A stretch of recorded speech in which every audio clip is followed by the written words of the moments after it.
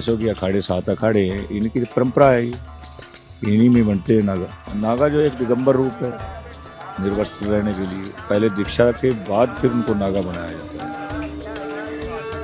कैसे बनते हैं नागा साधु, कैसे दी जाती है उन्हें दीक्षा? प्रयागराज के महाकुंभ से जूना अखाड़ा के महंत ने हमारे कैमरे पर ये सारे राज खुले, क्योंकि आज से पहले आपने कैमरा पर नागा बाबा की दीक्षा नहीं देखी होगी। ये वीडियो जो आप देख रहे हैं वो देखकर आप हैरान रह जाएंगे कि कैसे 5 गुरु चुने जाते हैं, उसके बाद उनको दीक्षा दी जाती है। नागा कैसे अलग होते हैं आम इंसान से और कितनी रहस्यमय होती है उनकी दुनिया, इन सारे सवालों के जवाब खुद महंत ने जूना अखाड़ा से हमसे मिलकर दिए हैं। ऐसे राज खोले गए हैं जो आज से पहले आम आदमी ने नहीं सुने हुए।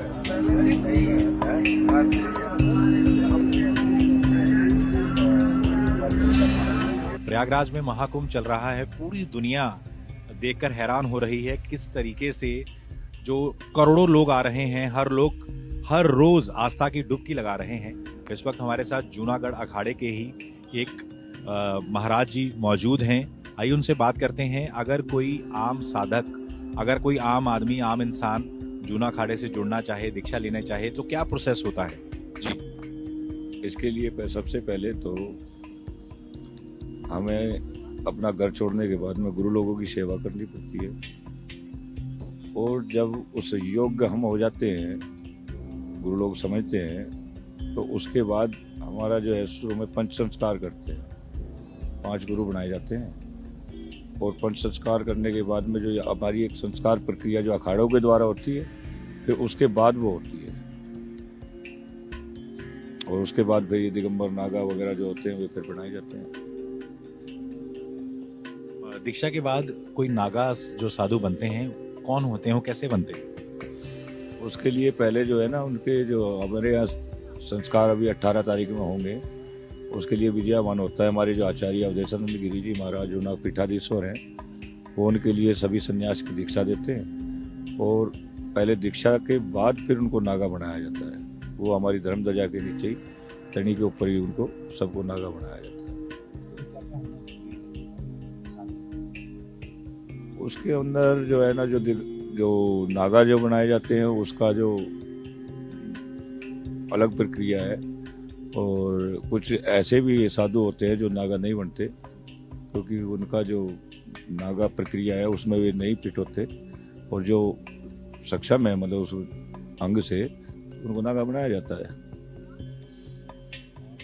हम देखते हैं, हम लोग हर अखाड़े में नागा होते हैं, तो इसके पीछे एक आम इंसान को समझ नहीं आती कि हर अखाड़े में नागा क्यों है। नहीं, हर अखाड़ों की जो ये सन्यासियों के अखाड़े 7 अखाड़े हैं, इनकी परंपरा है, इन्हीं में बनते हैं नागा, 7 अखाड़ों में बनते हैं। अभी हमने देखा यहाँ पे एक प्रक्रिया चल रही थी थोड़ा वक्त पहले, 5 गुरु बनाए जा रहे थे, संस्कार उनके हो रहे थे। हाँ, अब उनके बाद जो अखाड़ा के जो संस्कार होंगे उनकी पर्ची कटेगी वहाँ पे, उसके बाद पर्ची कटने के बाद में फिर उनके संस्कार होंगे, फिर आचार्य जी उनको दीक्षा देंगे, उसके बाद जो अगली साई होगी उसके ऊपर नागा बनेंगे। फिर अगर वो बनना चाहें या फिर वो देखा जाता है, इच्छा है, वो उनकी इच्छा भी है, वो बनना चाहे तो बने, और नहीं बनना चाहे तो वो आगे भी बन सकते हैं। उनके लिए आज उज्जैन में भी बन सकते हैं, वो ऐसा है। कोई मतलब एक सन्यासी बनने के बाद वो कभी भी आगे नागा बन सकते हैं, ये उनके ऊपर। कभी भी बन सकते हैं। एक आम साधु में और एक नागा में क्या अंतर होता है, आम लोगों को नहीं समझ आता। नागा जो एक दिगंबर रूप है निर्वस्त्र रहने के लिए, और जो एक आम साधु है वो वस्त्र पहन के रहेगा, वो वस्त्र नहीं उतारता। यही फर्क है पहले तो। हम देखते हैं कि जैसे कल स्नान था, तो ज़्यादातर लोगों में उत्सुकता होती है कि किस तरीके से अखाड़े आते हैं, और पूरी दुनिया का ध्यान होता है, पूरी दुनिया से लोग आते हैं, और स्पेशली अंग्रेज इस चीज़ को देख के बड़ा ही हैरान होते हैं कि आस्था जो है। आज हमने कई विदेशियों से बात की, उन्होंने कहा कि भारत में हमें सबसे अच्छा लगता है कि लोगों में आस्था बहुत है, बाकी दुनिया में आस्था नहीं है। शायद आपको लगता है कि सनातन जिस तरीके से अभी आगे बढ़ रहा है, स्पेशली जब से यूपी के मुख्यमंत्री योगी आदित्यनाथ आए हैं, अभी हाल ही में आपने देखा कि राम मंदिर भी बना, तो आगे आपको क्या लग रहा है 10 सालों में सनातन को कहाँ देखते हैं आप? सनातन एक दिन विश्व गुरु का रूप का दर्जा लेगा, विश्व गुरु बनेगा, और जो माननीय योगी जी एक काम कर रहे हैं सनातन के लिए, बहुत अच्छा काम कर रहे हैं, सनातन की एक रीढ़ है, वो सब समझ रहे हैं। तो हमने जूना अखाड़ा के महाराज जी से बात की और पूरी तरह से समझा कि कैसे अखाड़ों में नागा बनाए जाते हैं, कैसे सन्यासी जो होते हैं उनको दीक्षा दी जाती है और उसके बाद जीते जी ही उनका पिंड दान कर दिया जाता है।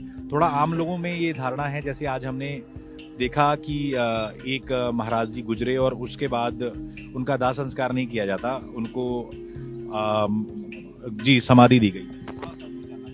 हाँ, तो इसमें हमारा जो क्या है कि भू समाधि दी जाती है, अग्नि संस्कार नहीं होता, क्योंकि उनका तो पिंड वगैरह तो पहले ही दान हो जाता है। समाधि दो तरह की होती है, जल समाधि भी और हाँ, भू समाधि और जल समाधि दोनों ही होती है। तो हमारे यहाँ जल समाधि या भू समाधि दी जाती है। ये शंभु दल जितना भी है, इनकी जो है ना शरीर समाधि होती है, और जो रामा दल है उनकी अग्नि संस्कार होते हैं।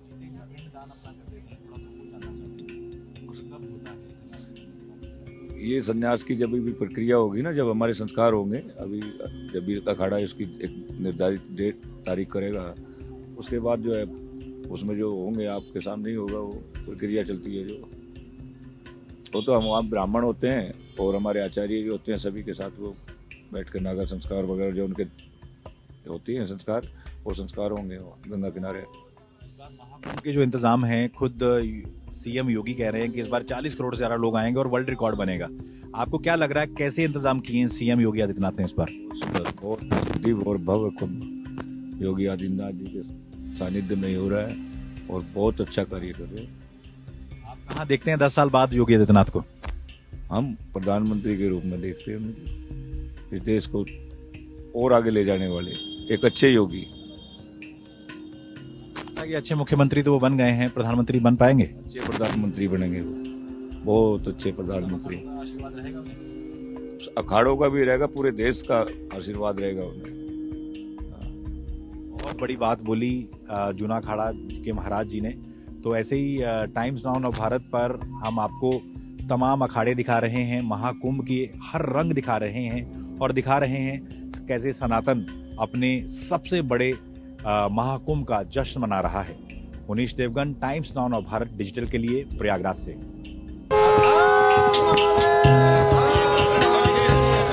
न्यासों की अखाड़े 7 अखाड़े हैं, इनकी परंपरा है, इन्हीं में बनते हैं नागा। नागा जो एक दिगंबर रूप है निर्वस्त्र रहने के लिए, पहले दीक्षा के बाद फिर उनको नागा बनाया जाता है। वो हमारी धर्म ध्वजा के नीचे तनी के ऊपर ही उनको सबको नागा बनाया जाता है।